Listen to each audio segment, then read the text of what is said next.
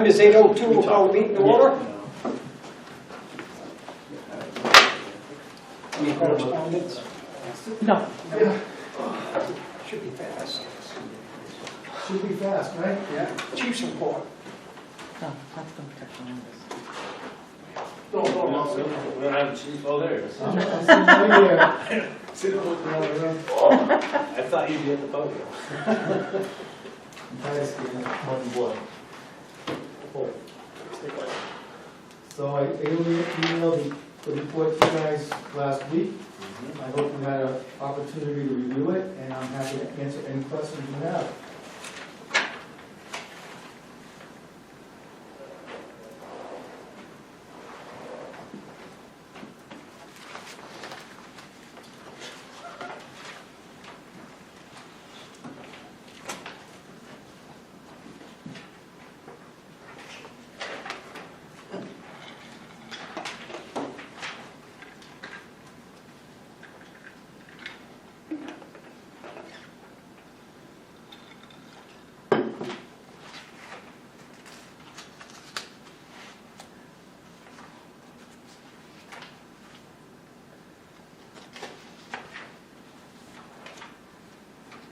Any other questions on that?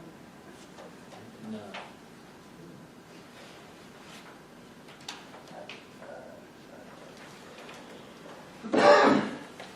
So this is hydraulic rescue tool to allow you to take it off rescue. So the rescue one is off the road, or is it? Still, you can still drive it, but there's nothing there. And there was, how much equipment, you were talking about the hydraulic tools. Yes. Was there much else that was? Left in it? No, because we moved, when we changed our operations quite a bit since I first arrived. So both engines are fully equipped with almost everything we need, other than like ladder stuff. They have the ice water rescue stuff, ropes, a banana boat, commie tool, hydraulic commie tool, battery operated commie tool on each engine. So, and they're both identically equipped, so we can do most stuff with an engine, but when we need, like today, we had a larger extrication, we needed the bigger hydraulic tools, and we used the ladder truck to bring that there. And everything that we have on the rescue, is now on the engines, and a little bit is on the ladder truck now. So why would you use the ladder truck? I mean, I guess my thing is, how often would you use the ladder truck with that tool on it? Well, last year, the heavy tool didn't get used at all. And this is the first time the heavy tool's been used in probably about 2 years. And when would you use that tool, I guess? So, at an accident where the combi tool is not. So I guess if you had an accident, you had an engine there, and the tool didn't do the job, you called the ladder truck. Well, the ladder truck can respond on an accident if we have call guys available. So that's what happened today. So it's not available to us to bring to an accident. You don't generally bring it to an accident, but today it was. I just, you know, we're talking about $1 million piece of equipment to run back and forth to an accident. I hope it only uses as much as, I mean, the engines, you can use an engine, but a ladder truck, I mean, we're talking over $1 million now to replace it. And if we start using it back and forth with accidents all the time. I think, like the rescue responded 7 times last year. So you're probably adding those 7 calls to the ladder. It's not something we're going to be doing on like a daily basis. Or, yeah, so we typically go, and like the chief said, we have that battery operated commie tool. If we need to pop a door, do a small altercation, we can use that battery operated commie tool. It's only really when we need the heavier tools. And it's, I don't know what it is. I don't know if the cards are safer. I don't know if the crumple zones are different. But 20 years ago versus now, what we find on scene is the car is completely destroyed, but the patient compartments are fine. So we can typically just pop the door and get the patient out, which it used to not be like that with the cars. the engine compartment would be fine, but it would be smashed into the patient compartment. And I think over the past 20, 30 years, the safety factor, so we're not using those heavy tools anymore. The little combi tool with the battery pops the door, and that's on the engine. So it's not, we're only adding probably, I don't want to say every year it's 7, but last year it was 7 calls. So we're adding really 7 calls to that ladder truck. It's not like we're adding 100 calls for service. So it is adding, but it's not. I just didn't want it to get in the position, let's use the ladder truck, let's use the ladder truck instead of taking the truck. Yeah. And what were those 7 calls because they needed that tool? So a lot of times the call people will start on it. So if we, like today, we got dispatched for a motor vehicle accident with extrication, a person's trapped. That truck will start.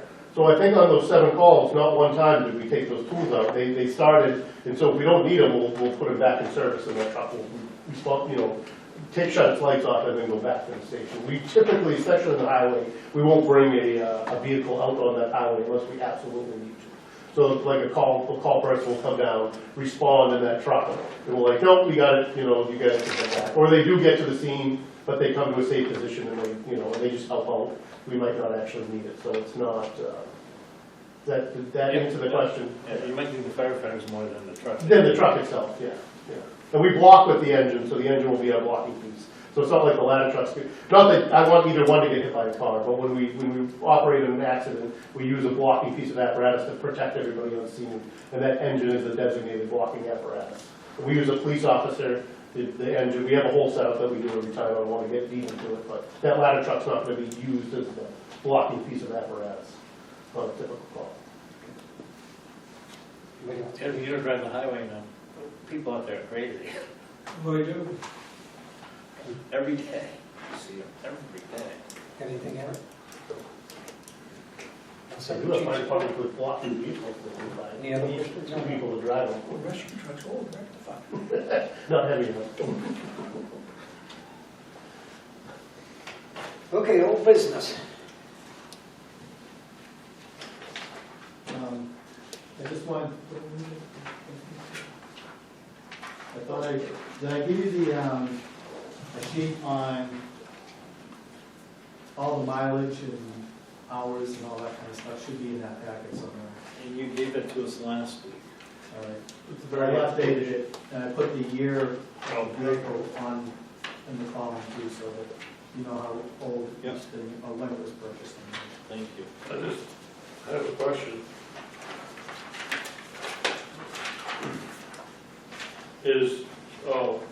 A2 is a new ambulance in 2022? Okay, never mind. And my question, F1 is the forestry truck? Yes.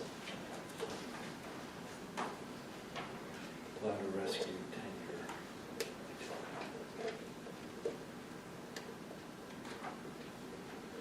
Any other questions?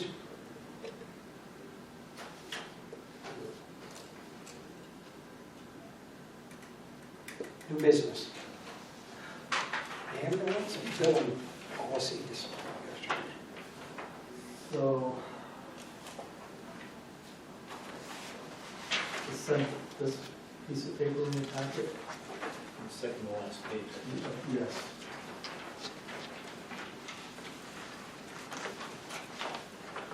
So, as it turns out,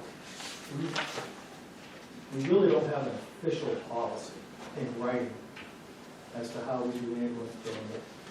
And I think it would be appropriate if we put our policy in writing.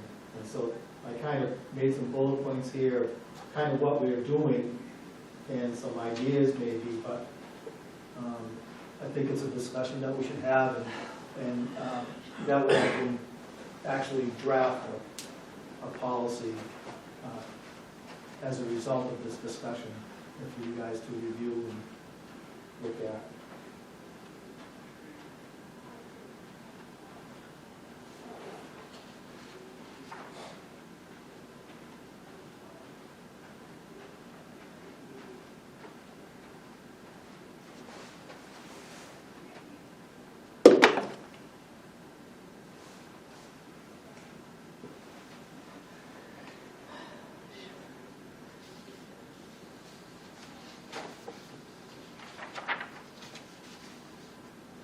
That's kind of what we're doing now. It's right? kind of, yeah, but it's not really in writing.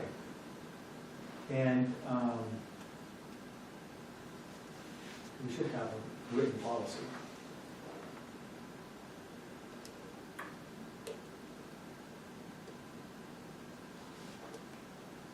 It's kind of like folklore.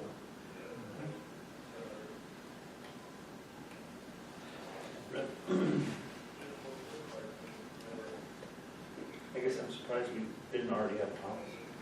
Well, I thought we did too, but then I got on the statewide ambulance committee, billing committee, and started researching our own stuff. I said, well, where's the policy? I know what we do, but I couldn't find it in writing anywhere.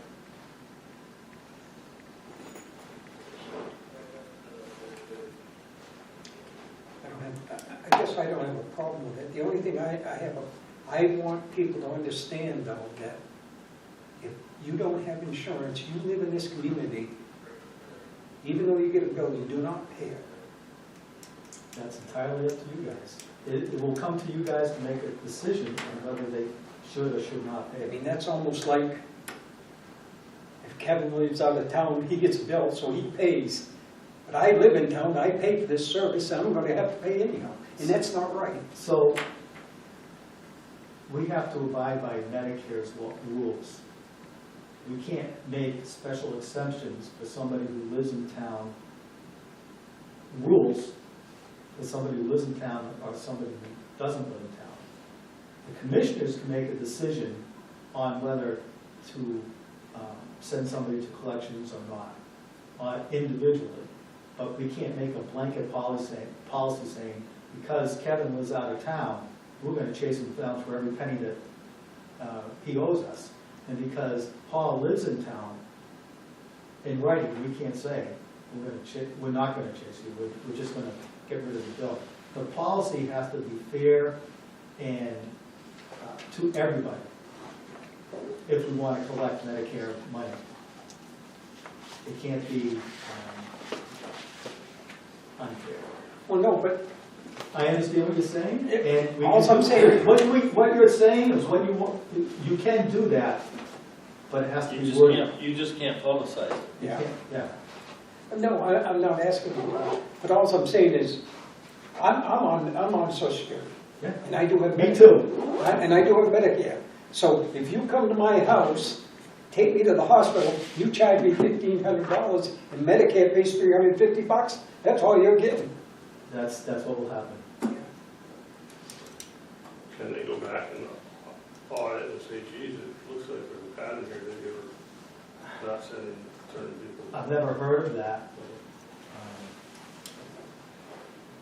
With small potatoes, but we still have to abide by the regular Medicare regulations. I just hate to see Mrs. Jones, 90 years old, she gets a bill in the mail from Tilton Northfield Fire Department, go to the hospital, the bill's $1,500. Oh my God, how am I gonna pay it? So, I mean, Medicare only paid $350, how am I gonna pay the rest? Yeah, Well, she may not even know, she don't have to. It does. With every single bill that, like, say, the Medicare pays whatever, it's usually $500. And with the bill comes a statement saying, if you can't pay it, just fill out this little form and send it back, and we'll review it. And if we find that you can't pay it, you don't, how many people do you make pay? You know who you make pay, and that's what's gonna And I continue to understand. happen. But all I'm saying is Mrs. Jones probably don't understand that. You're gonna have, because you're gonna tax Mrs. Jones out of her house anyway. Well, and the other point that you did bring up is, we don't want Mrs. Jones to not call 911 because she's afraid that it's gonna cost her. That's right, We don't want her to, that's right. I'll just sit here at home in misery. Yeah, I'll sit here and here I am having a stroke, I'm not I going can because. speak, I have a family member close to me that uses the ambulance frequently, and we get balance billed, and we don't call because of it. There is times we don't call because of it. The balance billing, this is speaking from Sean Mulvaney, not the deputy chief of Philadelphia Fire. I think balance billing is cruel and unusual. Ambulances are the only ones allowed in the country to do it. I don't agree with it, I don't like it, from a person who spent a lot of money on it.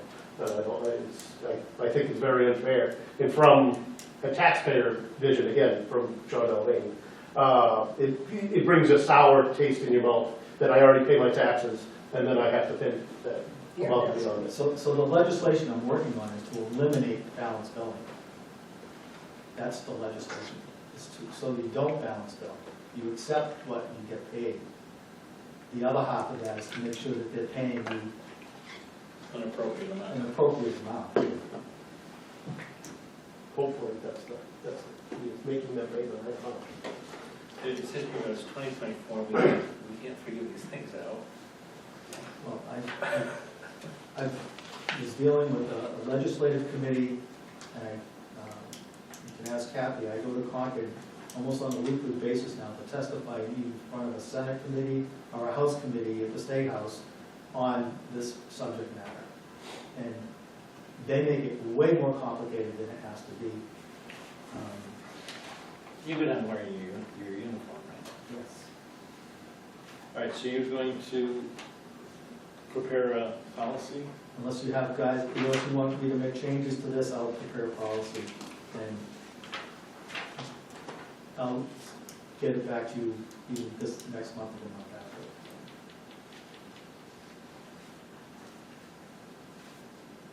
Okay.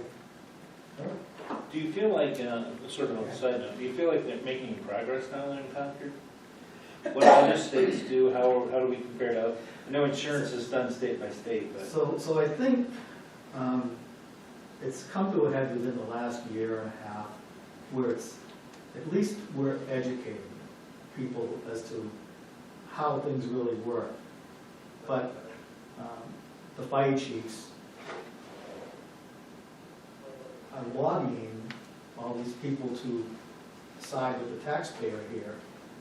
But the insurance companies, who have a lot more money, are in the insurance commissioner's office every day lobbying the insurance commissioner to massage it in a way to favor the insurance companies.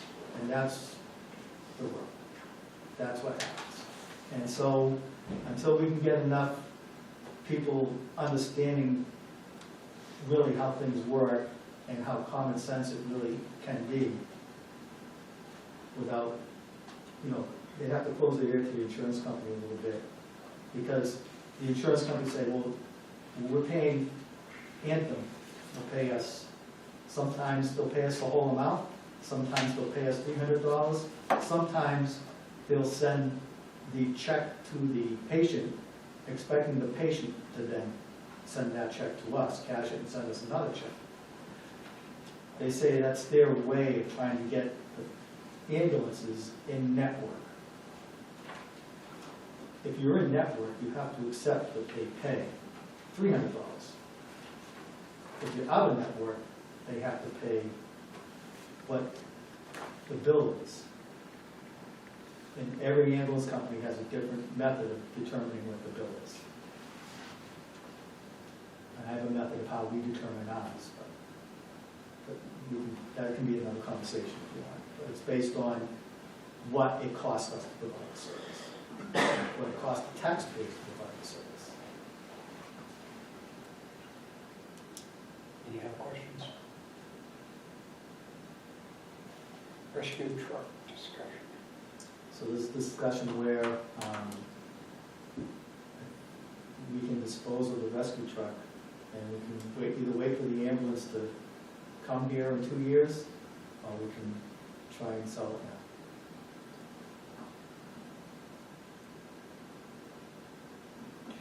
Well, if you stripped all the gear off it, that's not going to. Does us no good now. Why would you keep it? Well, the disposition of vehicles is, a discussion that we have. How do we go about getting rid of vehicles in the past? There's usually a few different methods. Trading it in is one of the methods. Putting it out for auction, or putting it out for bid. The last pickup truck we sold it on bid. The last ambulance we traded in. I wonder is there any way to find out what it's worth if we trade it? I can ask. Before we, before I did any of that stuff, the hearing, all that kind of stuff, I I'm wanted to just have curious what the they, conversation. what they know. And I can find out which way would be probably, if it goes out to bid, we can set like a minimum bid as the acceptable bid. So you guarantee that amount, but you also want it to be an amount that's favorable, that people are gonna bid on it. I think the last pickup truck we got $7,000 for. But obviously, if you're able to get $7,000 for a trade-in, then you want your minimum bid to start. Right, so I have to find out what it's worth. Well, that's what I we really don't find know out what this. it's worth, then we can, I just think it's worth more today than it will be in 2 years. That's why I'm bringing the conversation up. So do you want me to work up what it's worth and a method of, the best method of disposal? Yeah, find out the way that brings us the most money. That'd be my plan. All right, okay, let's move on. Is the sale of equipment like that, the proceeds go into the apparatus and equipment fund? no, So it just goes into the, general fund. Okay, any other business? Excuse me, if you trade the vehicle in, it offsets the cost of the of new? the new vehicle. But that's the only way you can reduce the cost of the new vehicle. So I'll get that number. Could there be a warrant article if it was sold at bid to specify that that money goes? Could you make a warrant article?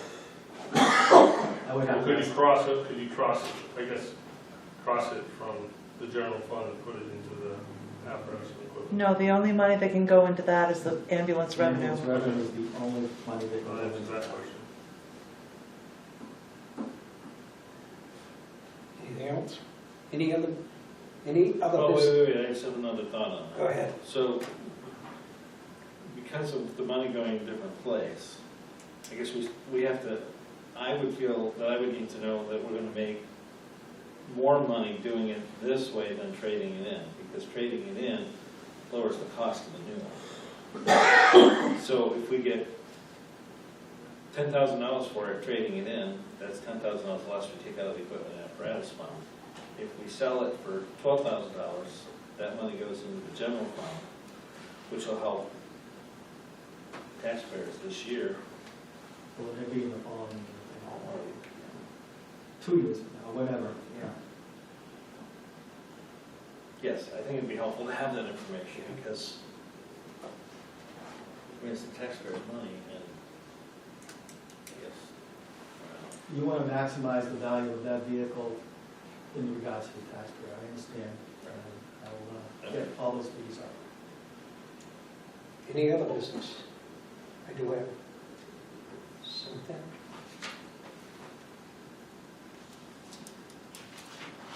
If I may ask, the Greenside Restaurant, we are providing,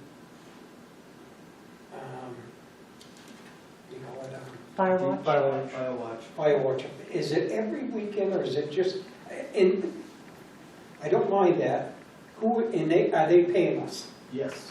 Are they paying the person doing it, or are they paying us? They pay the fire district and we send them a bill. So in other words, if we have a full-time firefighter up there, we have to pay him overtime, Yes.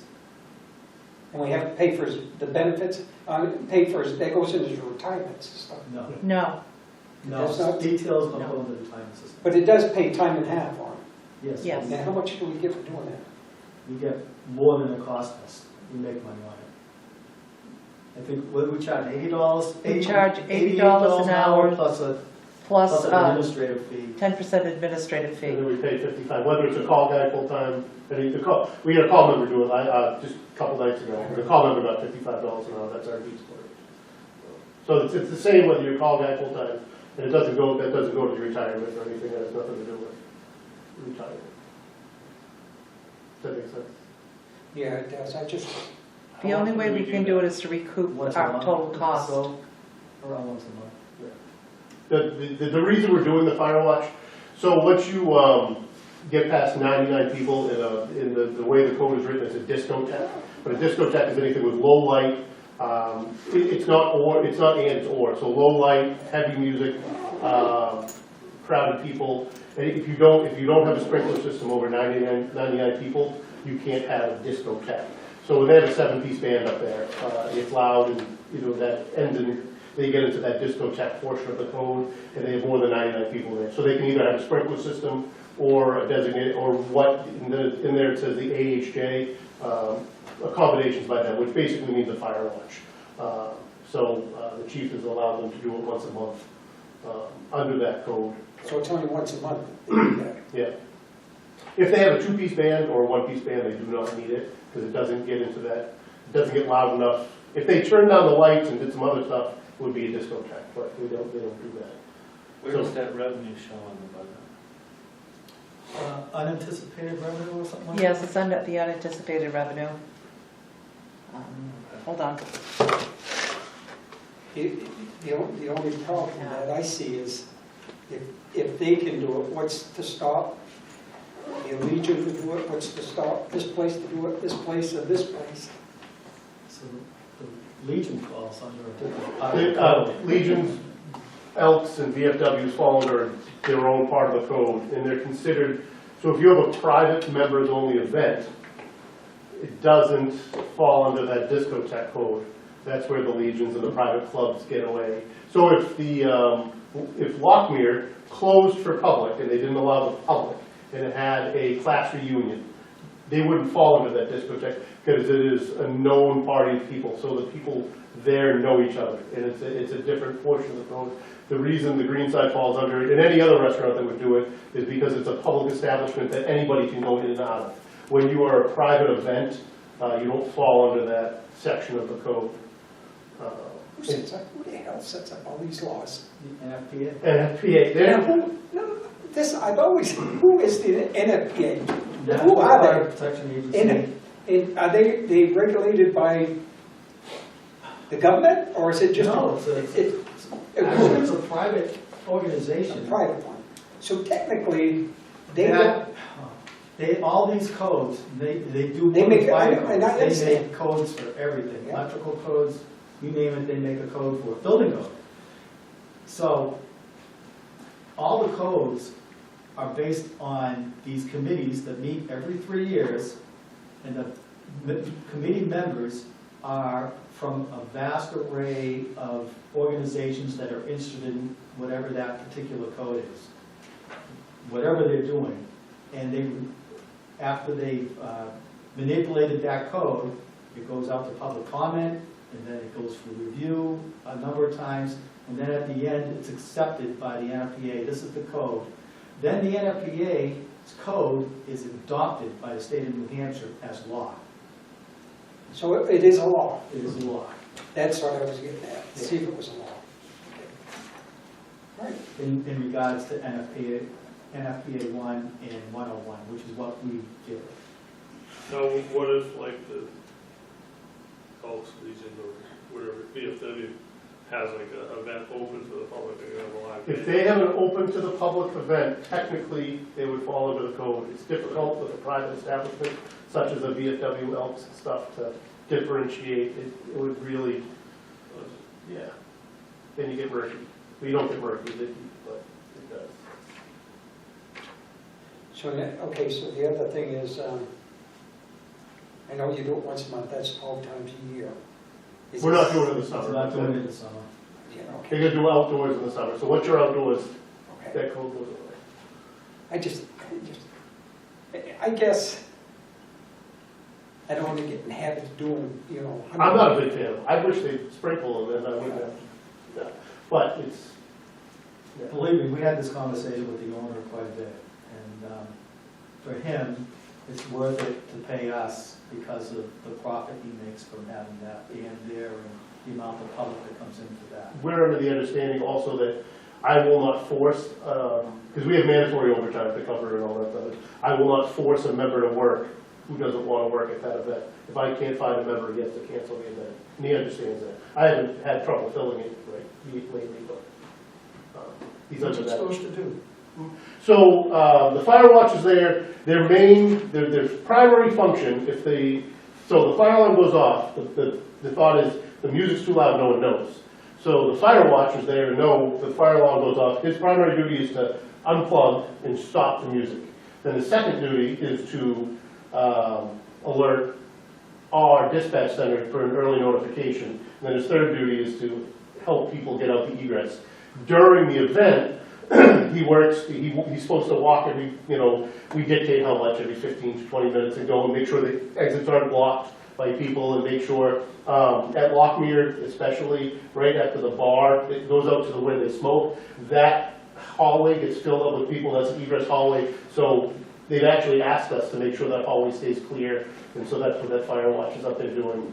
And there is ways to do a shunt system, like, well, Smitty's is sprinkled anyway, but, so if Smitty's fire alarm goes off, it shunts and it shuts every theater shuts off, and so but that's, I don't want to get into that, but, so that's what that fire watch does, is maintains aisles, maintains exits, and as soon as an emergency happens, they're there to unplug pull the plug so the band can't make noise anymore, so people know there's an emergency. I don't know if you've ever watched, it all comes from the station nightclub fire in Rhode Island. The band was still playing, there was a fire going on, the fire alarm was going off, the band was still playing. The videos, if you see the private videos, they're awful. People are still dancing, people are still drinking, and the building is heavily involved in fire. And no one knows because the band is still playing and making noise. And so most of these codes came from that. And egresses were blocked and other things happened in that fire. But it's really to shut the music off and be like, hey, get out. So, okay, so we pay them time and a half, a firefighter, time and a half, $55 an hour. Yeah. 55, Yep. okay. It goes on as pay, and the insurance, our insurance covers him. If something happened to him, Workers' comp, like everything else. okay.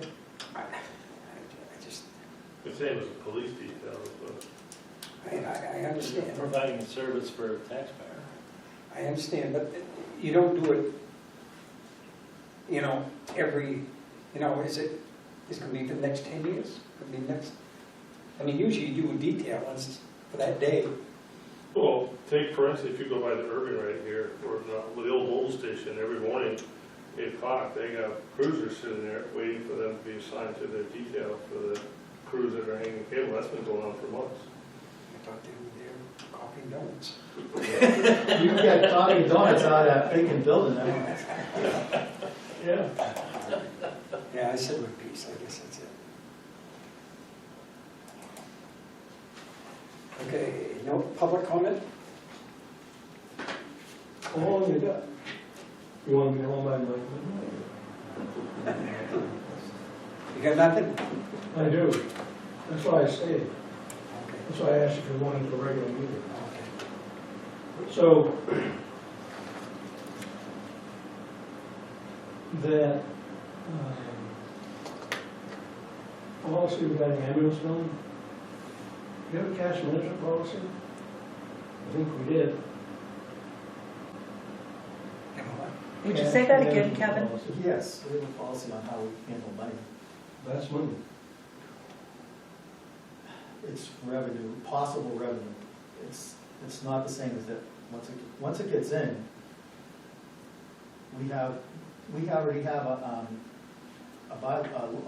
the article, ambulance revenue has to go into that money, and to that fund. Right, I know that. Yeah, so we don't have an option of how that's handled.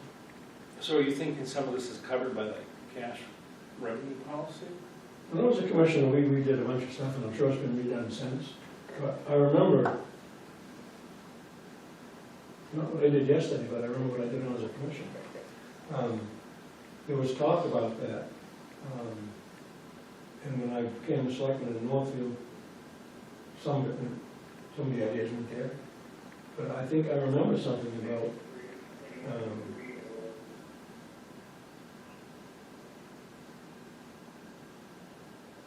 we did a lot, well, you were there.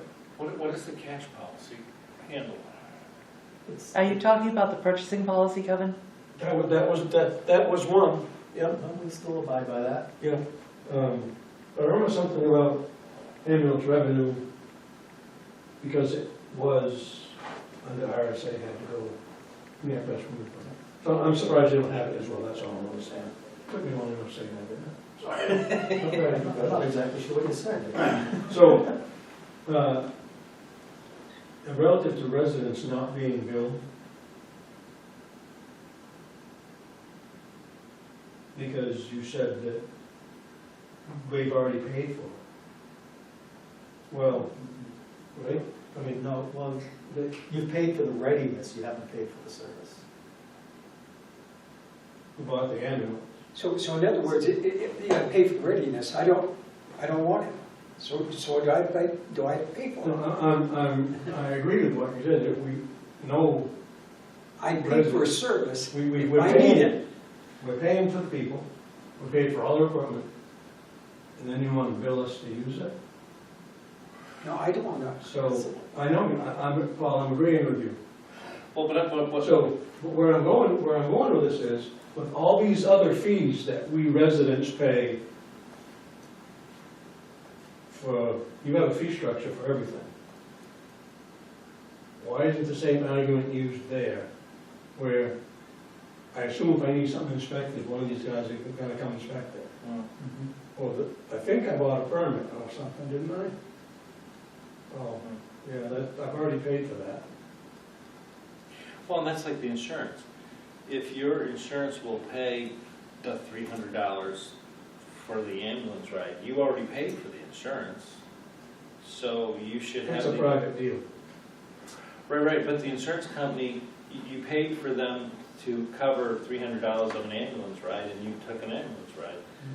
So, in my mind, you paid for that service, so that $300 should come to help lower the cost of operating the system, so it's not spread out over the taxpayers.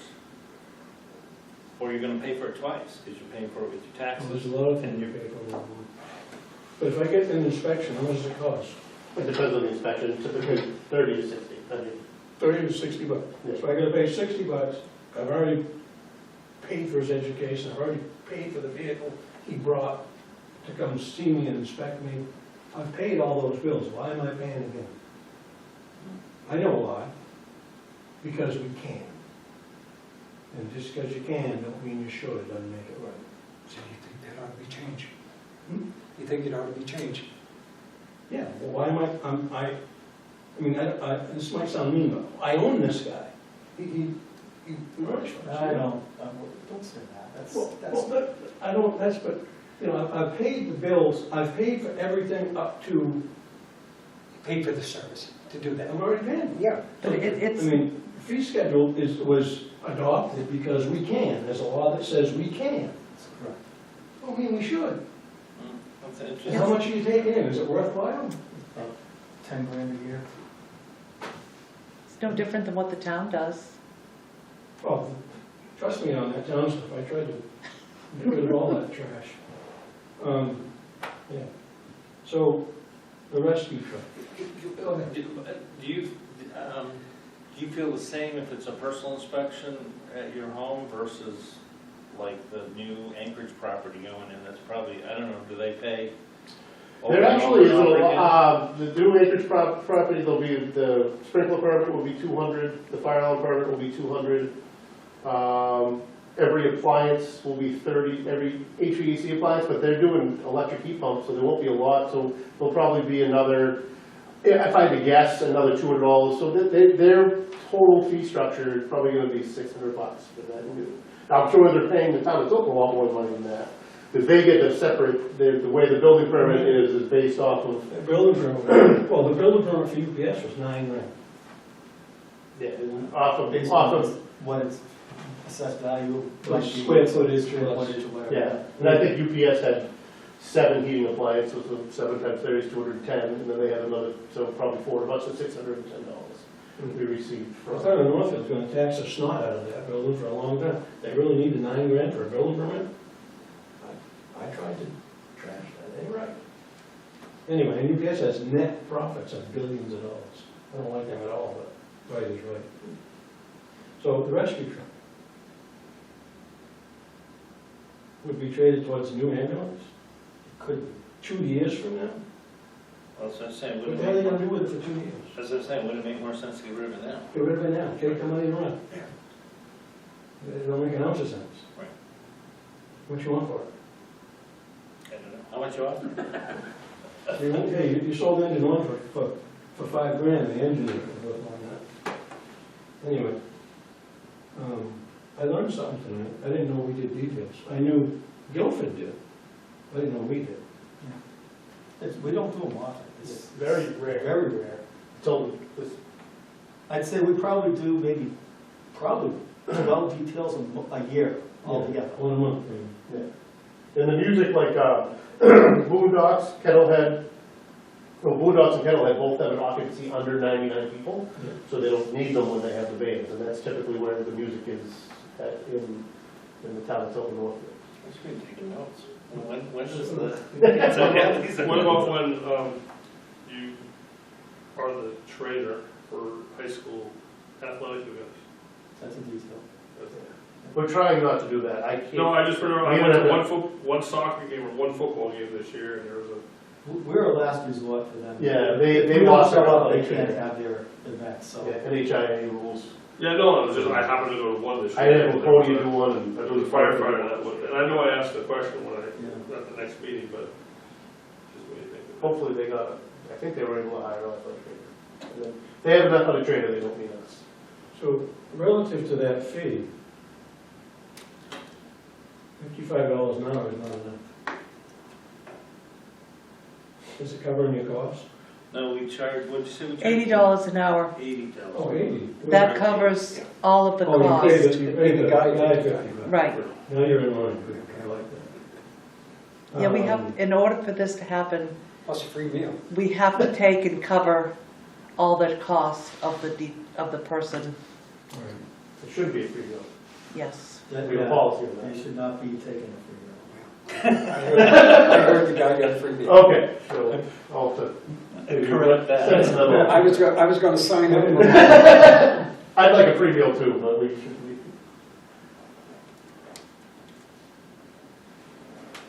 Two more things. I'm hungry as hell. Relative to the agreement that was made through arbitration with the water district, Mediation. mediation.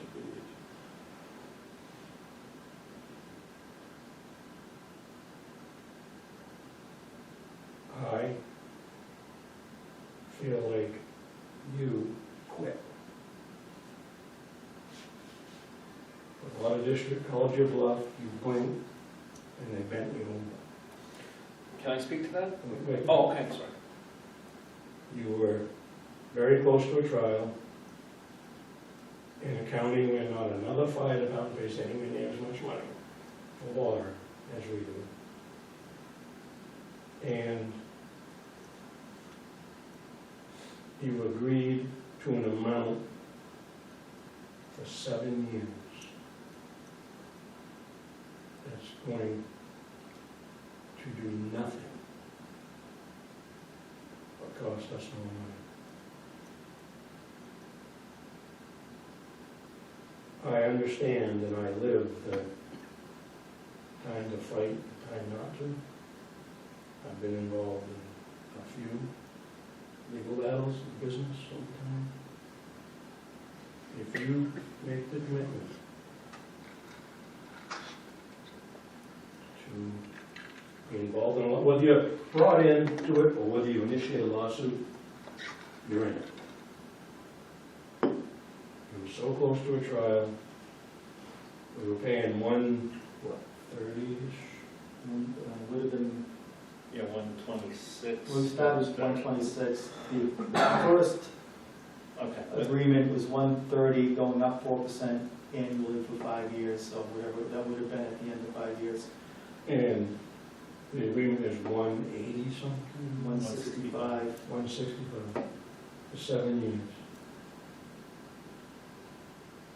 You never got to ask the question, to the court, present it to the jury.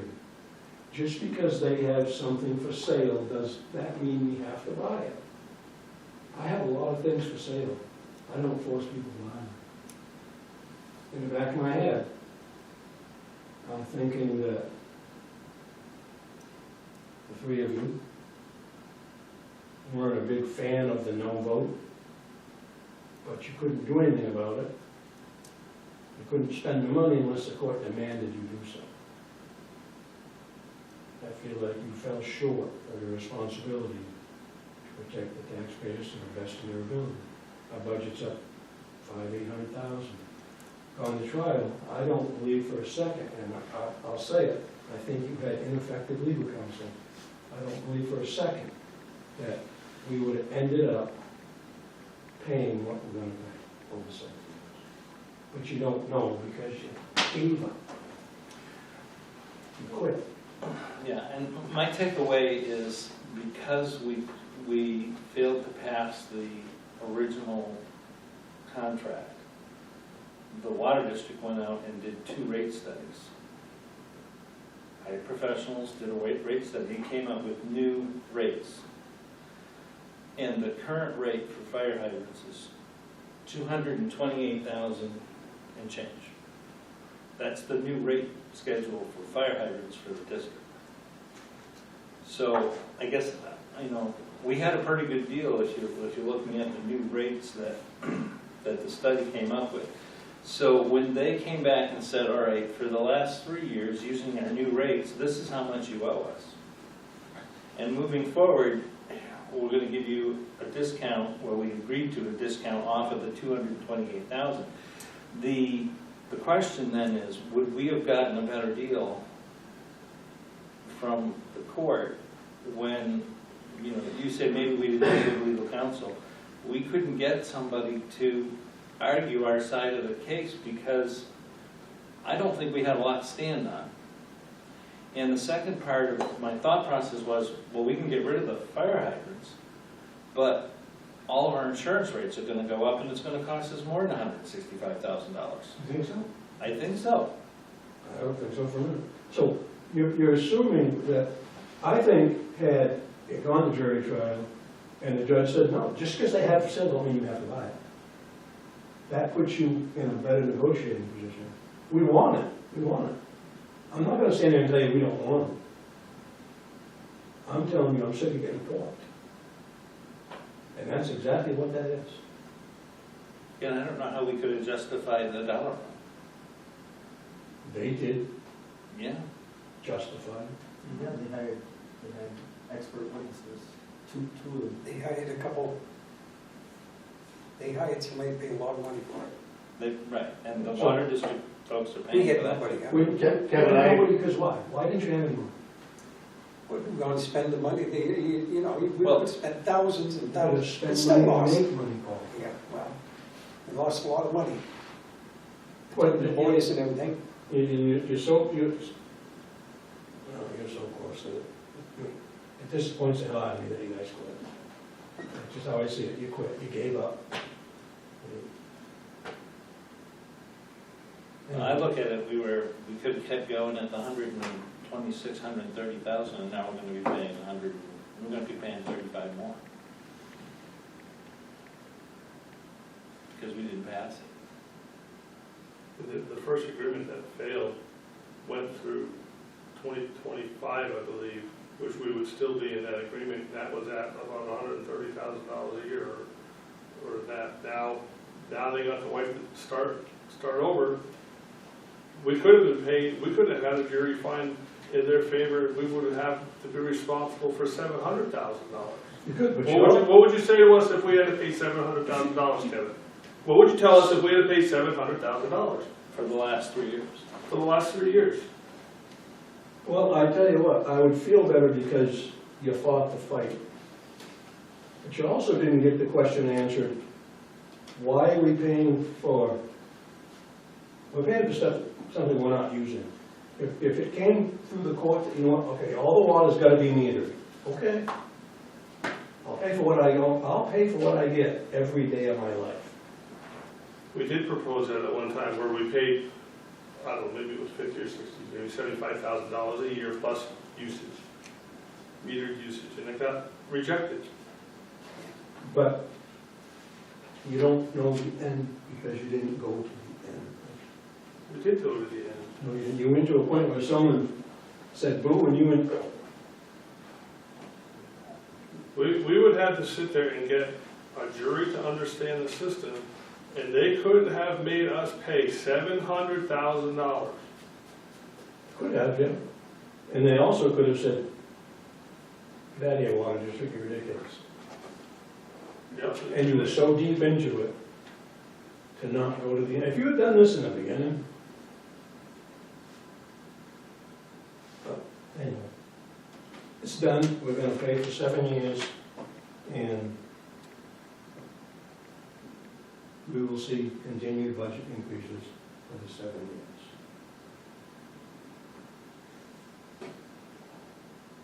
So, I think it was November, I don't know, October, November, December, whenever the hell it was, that I asked a question about the deal that was made to the chief to sell his house in the out of the district, and whether that was gonna stand or not. And I got the same look then as I'm getting now. What is the end result of that? Is there one? I don't think there is, no.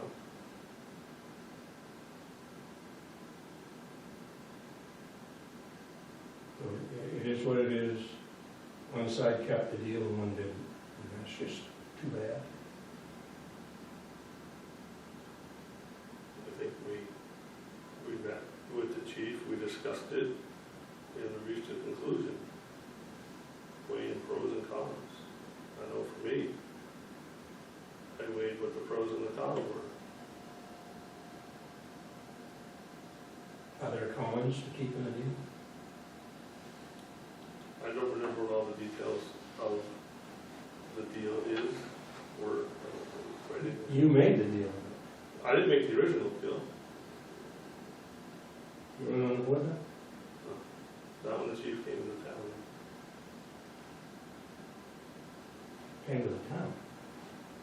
Which deal are you referencing? I'm referencing the deal that was made relative to the chief moving out of the district because he was going to retire. Yeah, I was on that deal. I thought you were talking about the original, No. the original.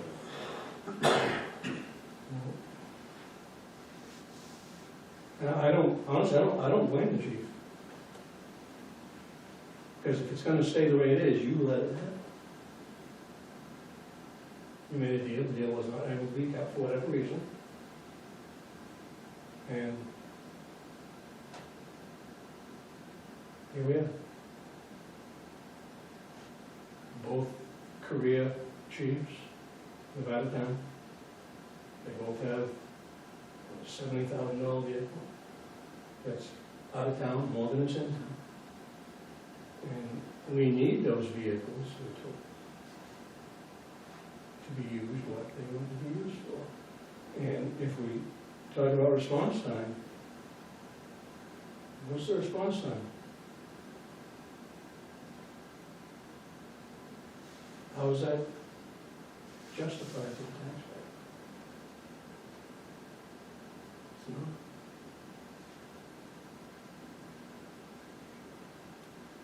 I don't think that I would expect the chief to respond to either chief, to respond to every single call.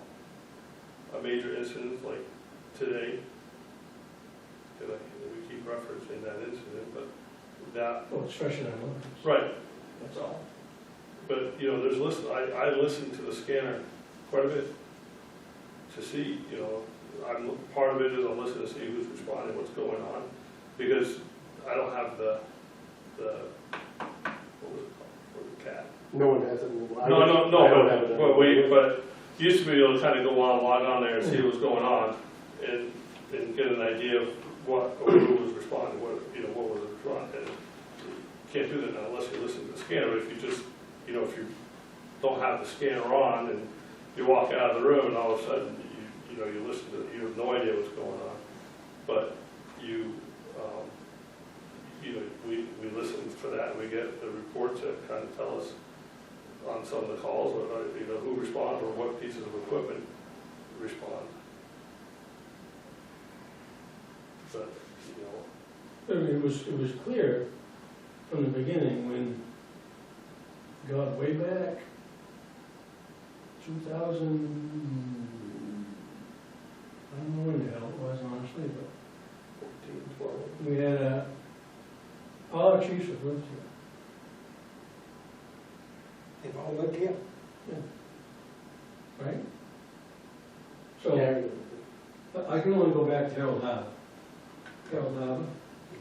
Bob Petra, moved to town and built the house. Steve Carrier. He did not move into town. Right, because the then Board of Commissioners wanted him so badly, they forgave that. But then, when Carrier goes home to Guilford, Brad Ober gets promoted to chief, and he was gonna live here come hell or high water. And when push come to shove, the people sitting at that table at that time kicked his ass out. Didn't come down that way, but that's what happened. And then after Ober, Mike comes along and agrees to move here and build a house. Which he did. He did. Then, here's another thing, I don't blame him a second. It's on you, because you allowed it to happen. There was a great, I think, a great opportunity for some kind of fiscal windfall, because the market was retarded. I don't blame him. Sell. But if I'm wrong in my understanding, let me know that there was a deal made. He's gonna retire soon anyway. So he's done a great job, sure, give him a little boost, let him go. It ain't gonna kill us for him to live out of town, run that vehicle back and forth for X time. But if that changes, the X time changes, that changes the whole dynamics of the agreement.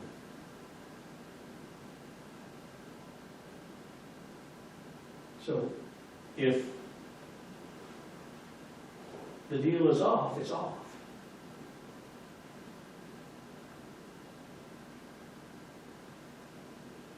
But that's up to you. So, what, 2 more years? I don't know, 3 years?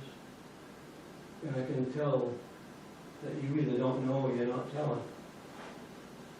Don't know.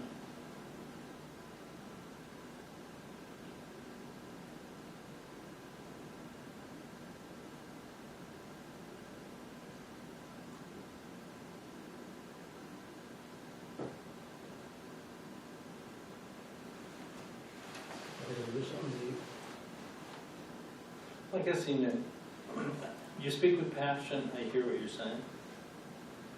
You're the only person who's said anything to me with that. Who knows? Who knows about it? I don't know. But, you know, and I sat at the, when we got posed that question over at the Northfield Meet the Candidates night, I hadn't really thought about it, but yeah, I said that, yeah, the chief ought to live in town. But then in retrospect, I think about it and go, if the best candidate doesn't live in town and isn't inclined to move to town, do we abandon the best candidate because they live 10 miles outside of town? Maybe that's not the best candidate, because if it's a good enough place to work, it better be a good enough place to work, because that's what you do. Well, I guess I would certainly take it into consideration, but no, if I'm raising my 4 kids and I like the school district they're in and I don't want to move them, you know, that's a great justification for not leaving town. But that doesn't come after you made an agreement to do it. And I hear you. I personally have no desire to bring it up as a topic to go down that road in the current situation. Now, if hundreds of district taxpayers came in and demanded we do that, then that would be a different story. But I don't feel that I need to go down that road at this time. I think, Kevin, when we were looking for a chief,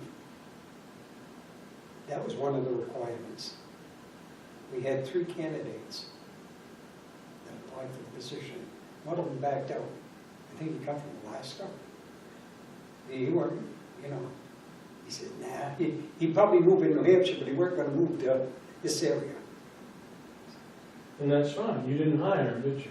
No, he didn't. You hired someone who would do what? Who would move He here did and live move here? He did. And how long did you live there? 8 years. 8 years.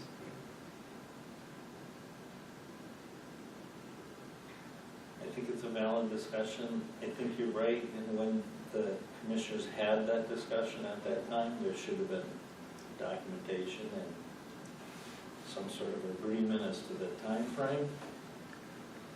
That I don't think happened because I wasn't there. So what are your feelings in the future? In regards Because to, other than Eric, I think the 2 of you will probably be on board when you need to hire a new chief. well, would I like them to live in Because the you're gonna district? pay, you're gonna let him live wherever he wants, and you're gonna pay his community costs. I'd like them to live in the district. Is that gonna be mandatory? I don't know. Somebody's gonna have to convince me that that's mandatory. What if they live just on the other side of the town line? I mean, using your example, if they're moving from Alaska, then yeah, They- they can move to the district. You could have hired him and bought him a helicopter. So a border town, Yeah. there should be known parameters, yeah. Right, what happens if they live in Franklin? That's a border town, as long as, So that's all right. it may or may not be. But So you're saying I maybe don't get a the 20-mile radius? I don't get the justification for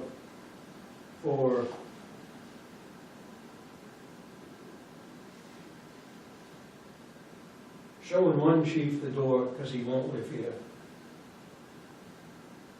and not another. And you've been here long, you know exactly what I'm talking about.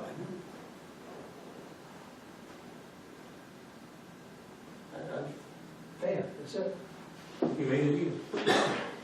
You make a deal with me, the deal gets carried out, regardless of any,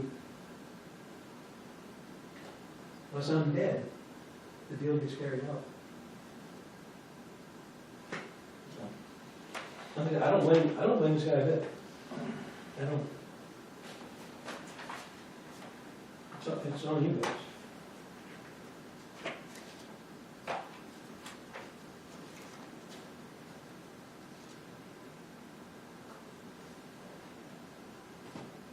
What's wrong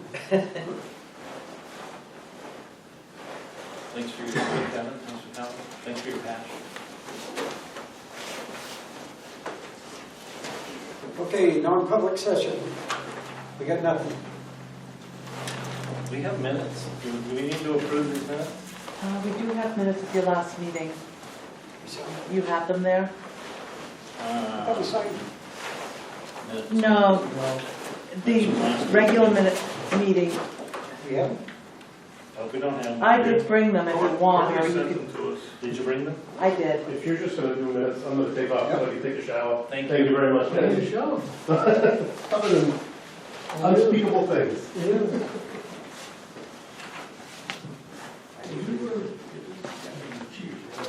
When you get the minutes, there's just one correction that I saw. It's just a date, that's Courtney sent them, right? right. I've got, Yeah. I've got paper It was copies. 129, and I think she sent them out the next day. Yeah, I noticed they aren't quite as long as the other ones. I'm still- You know? No, I'm sorry, I was responding instead of, I was reacting I instead know. of responding. I know. Sorry. So if there's a change, I need to write it on, I did read them already, so. where is it? All right, under new business, December 21.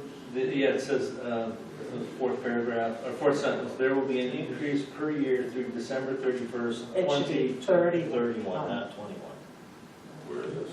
First page, Oh, first. Okay. new business. Oh, did somebody make a motion? Oh, I make a motion that we move the minutes of the January 29, 2024 Commissioners Meeting minutes to the floor for discussion. Second. So do you see that? I can't see a damn thing right So anyway, it's, now. Oh, I see it now. and Gotcha. it should have been 2031, not 2021. Hard to go backwards. Once we got a machine. Like the Warriors in the shop. So we're going, there are no minutes. There you go. Everything's fine. Yeah, I didn't even catch that review in the minutes, so. Okay, so, I move that we accept the minutes with the one correction. I'll second that. Okay, it's been moved and second, all those in favor? Aye. I make a motion to adjourn at 9:09.